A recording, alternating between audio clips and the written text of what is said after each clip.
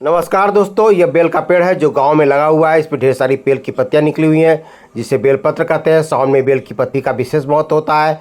बेलपत्र भगवान शिव को विशेष प्रिय है। जैसा कि आप जानते हैं, बेल पवित्र और औषधि गुण युक्त गुणकारी पौधा है। बेल का पौधा 12 मासी पौधा होता है। इसकी फल एवं पत्तियाँ दोनों ही का भरपूर उपयोग समय समय पर किया जाता है।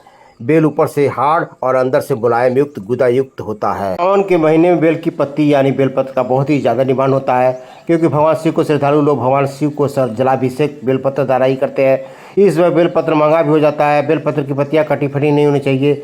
समुचित 3 पत्तियों का एक समूह होना चाहिए। इसलिए आप चाहे तो बेलपत्र की पत्तियों को साफ भींगे कपड़े में लपेट कर रख सकते हैं, क्योंकि बेलपत्र बासी नहीं होता है। आप चाहे तो चढ़ाई हुई पत्तियों को साफ जल से धोकर या रखी हुई पत्तियों को भी चढ़ा सकते हैं। क्या घर में बेल का पौधा लगाना चाहिए या नहीं लगाना चाहिए, ये प्रश्न लोगों के दिमाग में घूमता रहता है। इस पौधों को लगाने के बारे में धार्मिक विधानों का अलग अलग मत है। कुछ विधानों को मानना लगाना चाहिए और कुछ का मत है नहीं लगाना चाहिए। कुछ शर्तों के हिसाब पर लगाने के लिए कहा है।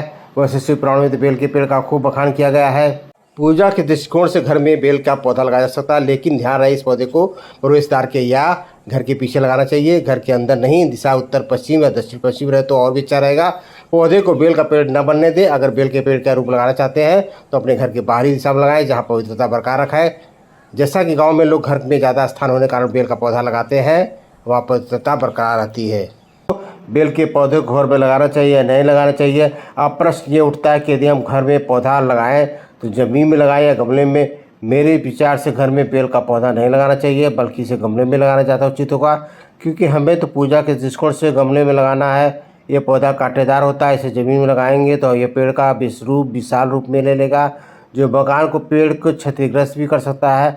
हाँ, आपके घर में पर्याप्त जगह है तो घर के पीछे या घर में बाहर की ओर लगाएं, क्योंकि बेल को घर में लगाने या न लगाने का धार्मिक विधानों का अलग अलग मत है कि बेल कहाँ लगाना है, कैसे लगाना है। अब प्रश्न ये है कि यदि हम पूजा के दृष्टिकोण से घर में बेल गमले में लगाते हैं तो किसका और कैसा गमला होना चाहिए। दोस्तों, बेल को लगाने के लिए मिट्टी का गमला सबसे बढ़िया होगा। वैसे आप सीमेंट के गमले भी इस पौधे को लगा सकते हैं, क्योंकि आप मिट्टी या सीमेंट के गमले में बेल लगाएंगे तो पौधा अच्छे से ग्रो होगा और ढेर सारी पत्तियां यानी बेलपत्र निकलेगा।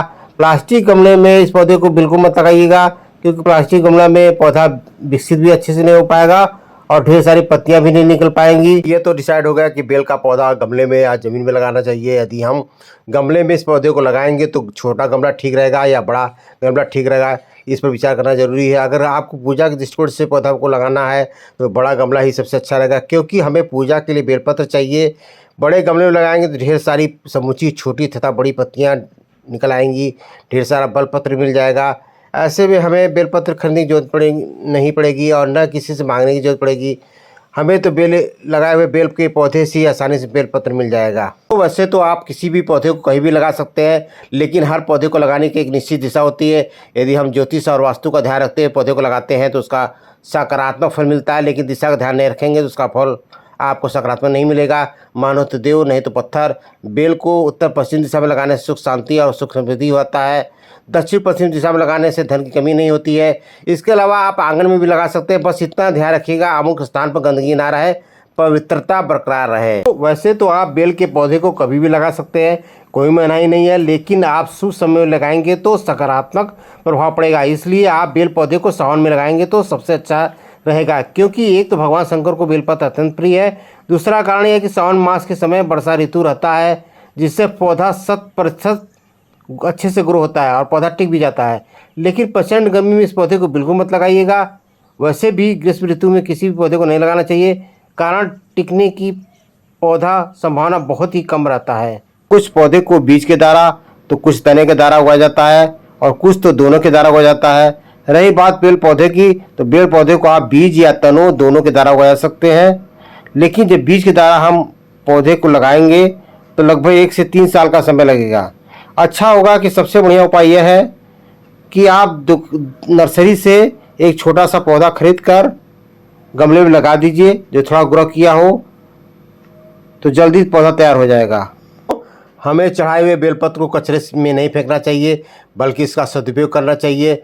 बेलपत्र धार्मिक रूप से उपयोगी है ही, साथ ही साथ इसके औषधि गुण भी अनेक हैं। इनकी पत्तियों को पानी में से धुलकर खाली पेट पानी के साथ चबाकर खाने से ब्लड प्रेशर दूर होता है।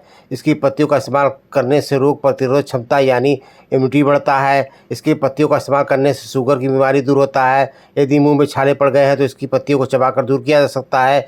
यदि मधुमक्खी या कोई जहरीला कीड़ा काट लिया हो तो इसकी पत्तियों के रस को काटे हुए स्थान पर लगाकर ठीक किया जा सकता है। दोस्तों, बेलपत्र को हर समय नहीं तोड़ना चाहिए, इसलिए बेलपत्र सोमवार, अष्टमी, नवमी, अमावस्या, पूर्णिमा के दिन बेलपत्र तोड़ने से दोष होता है, जैसा कि कुछ धार्मिक विद्वानों का मानना है।